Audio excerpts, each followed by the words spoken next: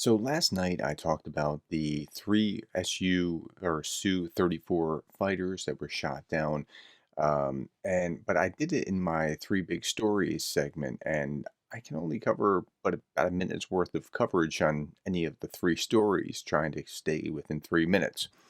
So I dug deeper and found some more. I was really interested in the subject myself. Okay, so the basic facts are there. Su-34 fighters are shot down. They weren't hit on an airstrip or something along those lines. Zelensky said, like, hey, pilots, you should know that if you try to do this, you're going to get killed. They're worth about $50 million each. So it was a big payday for Ukraine. They've been hunting them for a while. Su-34 is the most advanced twin-seat supersonic medium-range fighter bomber that Russia has. So we're going to listen to Georgie from Ukraine Matters and Andrew Perpetua. We're going to start with Andrew Perpetua, just hearing how he described the scene. If you're not familiar with Andrew, I haven't really highlighted him on my channel, not because he doesn't do good work, but I just haven't. But I just want you to hear he does like the battle maps and the assessments of how much damage is done and those kind of things, and it's Insane really interesting. conspiracy theories I've ever seen. So I'll show you where on the map roughly this happened. Okay, so I'm gonna turn off my tooltips just to make it. Okay, so this happened around here-ish. Here-ish. Okay, the exact location doesn't really matter, to be honest, but happened here-ish. The first thing I woke up today, the first thing I saw when I woke up was this story that a Ukrainian MiG 29 flew all the way to here to hunt Russian airplanes and that it had been shot down. So that was the Russian story. Okay. So, not like the official, but that was the story going around. That was funny. Another version of the events that, of course, people point to the Patriot, the Patriot battery, to the Okay, Patriot. so let's talk about this. So if it's out here, uh, Ukrainian jets don't want to travel into this. This would be just terrible for them to do. They can shoot at each other, but that's not exactly the same thing with the type of Su-29s that Ukrainians have. Um, so it looks like maybe Patriot battery was moved down here. Now this has been done before, and I'm going to show you that before we're done. Because that would answer a lot of questions. But these guys thought that they were flying over here with impunity because they can fly around here and launch and then go back home, and they don't, that they're not going to get touched. Well, they got touched. It'll be interesting if we ever find out what it was. My guess is a Patriot, but or a Hmm. Franken. I don't know. I don't really know. My guess is a Patriot, but I don't know. But it doesn't really matter. What matters is that three Su-34s were shot down, Yep. and the pilots are in various states of alive. So Now I'm also showing you this because he's going to show you what the Su-34s have been doing to the Ukrainians on the ground in just a moment. obviously, Russia has been bombing this whole area along Kherson for months. We talked about it. They've been, I mean, there was like in October they dropped what, or September or whatever. They dropped like 1,000 bombs. Like that's a lot of bombs, right? And just here, not even counting everywhere else. It's just right here. They dropped like 1,000, right? So, and then there was, they've been bombing Krinky, bombing this entire town. Here, I can show you. I'll show you how many bombs there were. Okay. Um, let's hit the Krinky. You ever get lost sometimes? Okay, so we'll just look at a few weeks worth, okay? Because my computer gets very sad the further back Mm. in time we go. Um, so so these are just airstrikes. They've been dropping airstrikes. Their little airplanes have been running around doing all all sorts of airstrikes. Just look at them all. There are lots and lots of airstrikes. I mean, we know that this is happening, but to see it visually on the map is something completely different. So many. This is from the end of October. You have to keep in mind that Hmm. in October their bombing rate dropped significantly. So this is after it dropped significantly. This is how many airstrikes they've done. Before before then they did even more. Like we can go So now when they talk about we've been hunting these jets for a long time, now you understand why they've been hunting these jets. even further back in time. See, we'll go back into like September, and they were dropping even more bombs. Okay, they've been dropping bombs. This is too far back in time. That was back when I labeled things wrong. Okay, so that's labeled wrong too. Let's fix it. But they've been dropping so many bombs. Uh, it's incredible.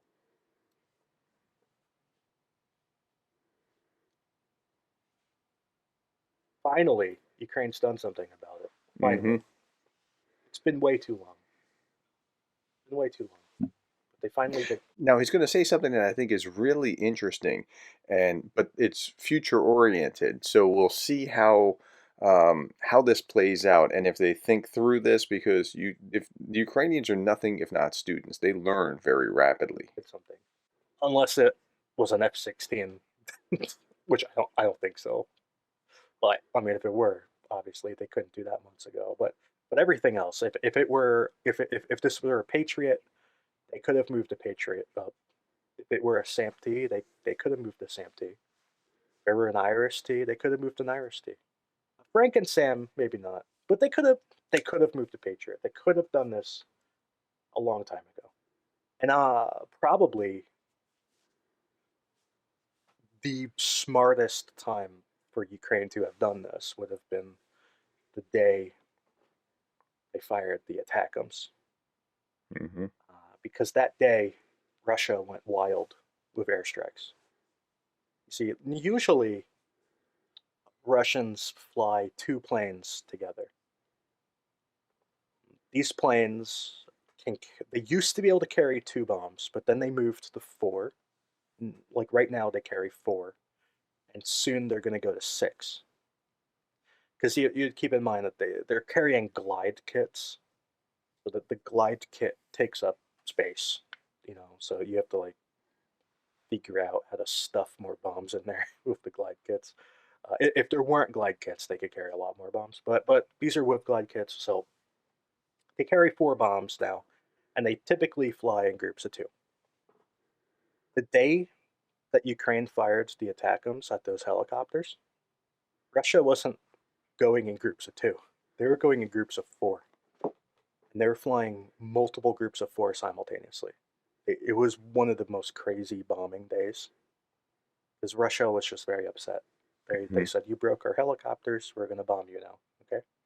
So on the day that you attack the Kerch Bridge, have your patriots ready, because if you play your cards right, if I'm hearing him right, you can also have a huge victory over a vast amount of Russian aviation, because they're going to come out like hornets and for retribution once the Kerch Bridge is attacked. So just a future thought. Okay, let's listen to Georgie and Ukraine Matters and hear what he had to say about this, because it's also interesting. He's saying it's definitely patriots. It may be, it may not be, but this that seems to fit. Relevant.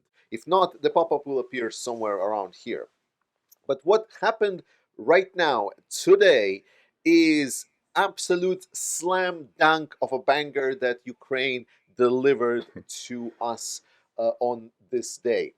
In the area of Kherson, the southern area here on the left bank, three Russian bombers were taken out by a Patriot missile defense system, which is great news because these planes were used by Russians all the time to bombard the bridgehead that Ukrainians are having on this part of the river bank. And Which is just what we were hearing from Andrew Perpetua. I was talking about in the last video that one of the major parts of Ukrainian offensive is to push the artillery away from the river to make sure that artillery is beyond the reach, and that would allow the Ukrainians to establish heavy duty connections between the different sides of the river and deliver a lot of heavy equipment or en masse. Now the So with the bombers being now in jeopardy, now you have to push them back as well, so it becomes more of a headache for the Russians. question on that video that was left hanging was, what will Ukraine do with the aviation component of the Russians? Because Russians still had the helicopters and they still had the aviation bombs that were used to destroy Ukrainian transportation and assets. And as per requested, Ukrainians delivered specifically the answer to that question. They've put in a Patriot missile defense system. They didn't just put it and started shooting down everything. They hunted specifically for planes. So, and this kind of goes well hand in hand with what we saw previously, also before the last episode, where Ukrainians also took additional drone strike in the area right over here. Sorry, you cannot see it.